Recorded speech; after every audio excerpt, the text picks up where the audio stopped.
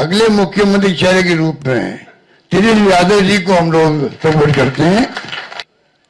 और हमसे ज्यादा आप ही लोगों को ज्यादा इंतजार था कि महागठबंधन का सीएम का चेहरा कौन होगा। जितना बेताब आप लोग थे उतना हम नहीं थे। केवल सरकार बनाने के लिए ही नहीं, मुख्यमंत्री बनने के लिए नहीं, बल्कि हम लोगों को बिहार बनाने का काम करना है, इसलिए हम लोग एकजुट हुए हैं। मुकेश सहनी जी, जिनको आप सब जानते हैं, मुकेश सहनी जी, वो उप मुख्यमंत्री होंगे साथ में। तो चलिए, आखिरकार महागठबंधन में सीएम और डिप्टी सीएम का ऐलान हो गया। पटना के मौर्य होटल में आयोजित महागठबंधन के संयुक्त प्रेस कॉन्फ्रेंस में कांग्रेस के वरिष्ठ नेता अशोक गहलोत ने ऐलान किया कि अगर बिहार में हमारी सरकार बनती है तो तेजस्वी यादव मुख्यमंत्री होंगे और सन ऑफ मल्ला अर्थात मुकेश सहनी डिप्टी सीएम होंगे। नमस्कार, आप देख रहे हैं हेडलाइंस बिहार और मैं हूं रोशन झा। प्रथम फेज का नॉमिनेशन खत्म हो चुका है, दूसरे चरण का भी नॉमिनेशन खत्म हो चुका है और 6 तारीख को 11 तारीख को वोटिंग होगी। लेकिन महागठबंधन में जिस तरीके से सब कुछ दिख रहा था उससे साफ था कि महागठबंधन एकजुट नहीं है। आरजेडी ने कहीं कांग्रेस के खिलाफ तो कांग्रेस ने कहीं सीपीआई के खिलाफ अपने उम्मीदवार उतार दिए थे और जिसके बाद से कहा जाने लगा कि क्या महागठबंधन के लोग आपस में ही लड़ते रहेंगे।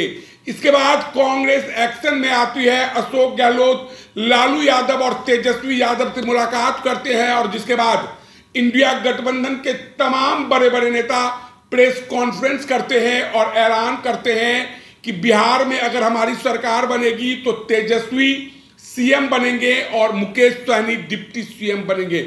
हालांकि कहा जा रहा है कि चुनाव के बाद अगर इंडिया गठबंधन सत्ता में आती है तो डिप्टी सीएम और लोगों को भी बनाया जा सकता है, लेकिन अभी तक नाम का ऐलान नहीं हुआ। अशोक गहलोत ने कहा कि पिछले चुनाव में तेजस्वी यादव ने जबरदस्त प्रदर्शन किया था और गड़बड़ी करके, काउंटिंग में गड़बड़ी करके उन्हें जबरदस्ती हरा दिया गया। तो वही सीएम फेज के ऐलान के बाद तेजस्वी यादव ने साफ कर दिया कि 17 महीनों में उन्होंने काम करके दिखाया और जो अमित शाह कहते हैं कि बिहार में जमीन उपलब्ध नहीं होने के कारण उद्योग नहीं लगता है, उसी बिहार में अगर उन्हें मुख्यमंत्री बनने का मौका मिलेगा तो ना सिर्फ उद्योग लगाएंगे बल्कि नौकरी रोजगार देने का काम करेंगे, पलायन रोकेंगे। एक तरह से कहा जाए तो तेजस्वी यादव ने साफ कर दिया कि अगर उनकी सरकार बनती है तो 5 साल में बिहार का चहुमुखी विकास करके दिखाएंगे। तो अशोक गहलोत के इस बयान के साथ और तेजस्वी यादव के इस बयान के साथ आपको छोड़े जाते हैं। धन्यवाद। ये कह सकता हूं खड़गे साहब, राहुल गांधी जी और तमाम जो साथी बैठे हमारे, इन सब की राय लेकर के हम लोगों ने तय किया है इस चुनाव में अगले मुख्यमंत्री चेहरे के रूप में तेजस्वी यादव जी को हम लोग सपोर्ट करते हैं। जो एक नौजवान है, लंबा फ्यूचर है इनके साथ में, और मेरा अनुभव से मैं कह सकता हूं जिसका लंबा फ्यूचर होता है पब्लिक उनको साथ देती है। ये नौजवान है, कमिटमेंट रखते हैं। पिछली बार भी जो स्लोगन दिए थे, नौकरी के दो या कोई दो, या जो वादे किए थे उसमें खरे उतरेंगे। तो ऐसा व्यक्तित्व आपके सामने नौजवान के रूप में आया है। सोच समझ के सबने फैसला किया है। ये नेता के रूप में उतरंग मैदान में राहुल गांधी जी ने मिलकर जो यात्रा करी थी, बड़ा इम्पैक्ट है। आने वाले वक्त में इनके अलावा राहुल जी भी आएंगे और नेता आएंगे, प्रियंका जी भी आएगी, सब नेता आएंगे और हम सब जो बैठे स्टेज पर सब मिलकर संकल्प किए हुए हैं कि जो हालात देश के हैं, देश हित के अंदर और देश चाहता है उसके अनुसार हम चाहेंगे कि बिहार में ये जो लंबे समय तक नीतीश कुमार जी रहे हैं सत्ता में, अब कुछ कर नहीं पा रहे। अब तो हम पूछना चाहते हैं अमित शाह जी से, इनकी पार्टी के अध्यक्ष जी से, क्या बताइए हमारा नेता तो हो गया तेजस्वी यादव, आपका नेता कौन है बता दीजिए। इससे काम नहीं चलेगा कि नीतीश कुमार के नेतृत्व में चुनाव लड़ा जाएगा। अगला मुख्यमंत्री का उम्मीदवार आपका कौन है ये उनको बताना पड़ेगा, ये हमारी मांग है। और मांग क्यों है? इसलिए है, आपने देखा महाराष्ट्र के अंदर जो शिंदे थे वो मुख्यमंत्री तत्कालीन, इन नेताओं ने कहा शिंदे के लीडरशिप में चुनाव लड़ा जाएगा, मैसेज दिया गया ये मुख्यमंत्री बनेंगे और बाद में मुख्यमंत्री बना दिया और किसी को। यही बात लागू क्या हो रही है। अमित शाह जी आए, कहते चले गए हम चुनाव के बाद में तय करेंगे मुख्यमंत्री कौन बनेगा हमारा, पर नीतीश कुमार के नेतृत्व में चुनाव लड़ा जाएगा। तो महाराष्ट्र का एग्जाम्पल सबके सामने है। इसलिए मैं इतना कहना चाहूंगा कि चुनाव में हम लोगों ने सोच समझ के तेजस्वी जी को घोषित किया नेता, और हमें पूरा यकीन है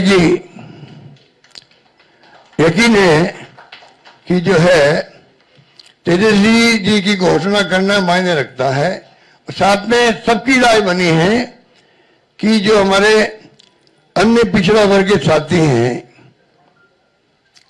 मुकेश सहनी जी, जिनको आप सब जानते हैं, मुकेश सहनी जी जो एक संघर्ष करते हुए यहां तक पहुंचे हैं, अपनी पार्टी बनाई है, अपनी अकल होशियारी से, अपनी मेहनत से बनाई है, गरीबों के मसीहा के रूप में, अपनी कौम के मसीहा के रूप में उभर के आए हैं। ऐसे नौजवान को हमने तय किया है वो उप मुख्यमंत्री होंगे। साथ में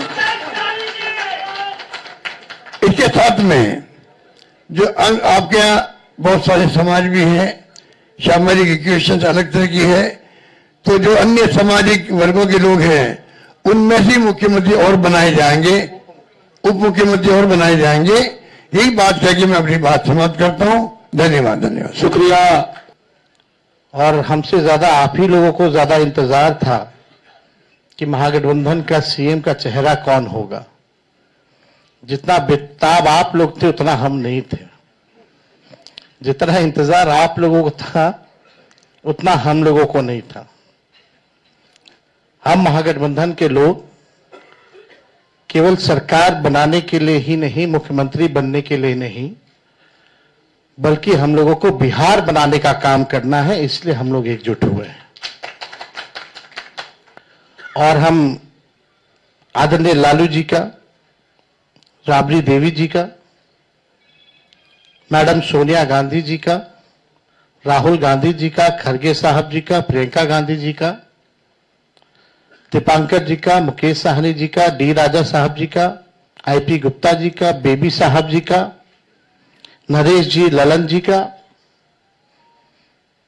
हम दिल से धन्यवाद देते हैं कि सभी महागठबंधन के साथियों ने मुझ पर पुनः भरोसा जताया है। इसके लिए सभी हमारे महागठबंधन के नेता हों, कार्यकर्ता हों, उन सब लोगों को दिल से हम धन्यवाद देते हैं। और उन सभी लोगों से जरूर कहना चाहेंगे कि जो उम्मीद, जो विश्वास आप लोगों ने हम पे जताया है, उस उम्मीद पर हम जरूर खरे उतरेंगे और मिल करके जो डबल इंजन की सरकार है, एक इंजन भ्रष्टाचार में है, एक इंजन अपराध में है, ऐसी